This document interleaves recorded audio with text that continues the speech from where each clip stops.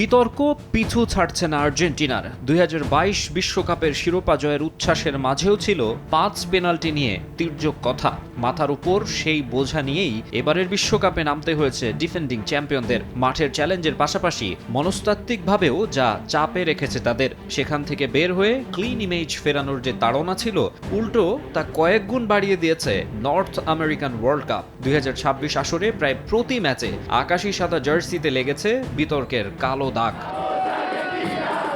তুলনামূলক দুর্বল প্রতিপক্ষ পাচ্ছে, ভেন্যু, ট্রাভেলিং, প্র্যাকটিস, সিকিউরিটিতে প্রাধান্য পাচ্ছে। এসব কথাবার্তা শুরু থেকেই চাউর হয়েছে। তবে সবকিছু ছাপিয়ে গেছে রেফারিং আর VAR ইস্যু। মিশরের বিপক্ষে ম্যাচের রেশ কাটতে না কাটতে এবার সুইজারল্যান্ড ম্যাচ নিয়েও নানা অভিযোগ। আগের দিন প্রেস কনফারেন্সে মিশর ম্যাচের রেফারিং এর পক্ষে সাফাই গাইলেও এদিন নিজ দলের খেলোয়াড় এমবোলোর রেড কার্ডে সুর পাল্টান সুইস কোচ। বিশ্বকাপ দেখুন বায়োস্কোপ প্লাসে, সব নেটওয়ার্কে, সব ডিভাইসে।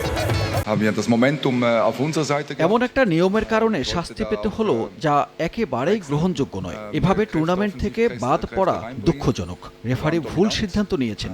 আমি বলবো না আর্জেন্টিনা রেফারিদের কাছ থেকে বাড়তি সুবিধা পাচ্ছে, তবে ভুলের মাসুল দিতে হলো আমাদের। এই নিয়ম সম্পর্কে আগে জানতাম না। তিনবারের বিশ্ব চ্যাম্পিয়নদের চোখে চোখ রেখে লড়াই করা দলটার আক্ষেপের শেষ নেই। সেমির স্বপ্ন ভঙ্গ হওয়ার হতাশা কিছুতেই মানতে পারছে না সুইসরা। আমরা তো আর নিয়ম পরিবর্তন করতে পারবো না, তবে সিদ্ধান্ত ম্যাচটাকে শেষ করে দিয়েছে। আমি জানি না রেফারি আর কি করতে পারতেন, তবে দয়া করে এভাবে একটা ম্যাচকে ধ্বংস করে দিবেন না।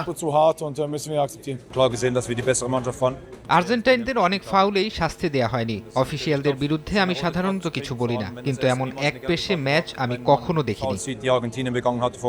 অনেকেরই অভিযোগ সবসময় রেফারিদের কাছ থেকে সুবিধা পায় আর্জেন্টিনা। লিওনেল মেসিকে অনেকে ডাকেন ফিফা বয় নামে, কিন্তু এদিন রেফারির উপর ক্ষোভ ঝাড়তে দেখা গেছে সেই মেসিকেই। মাঠেই নাকি রেফারি হুয়াও পিনহেইরোকে বলেছেন, আমার সঙ্গে ঠিকভাবে কথা বলুন, আমি আপনাকে যথাযথ সম্মান দিচ্ছি।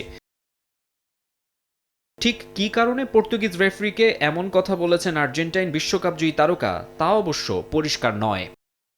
মাকসুম আলম খান, সময় সংবাদ।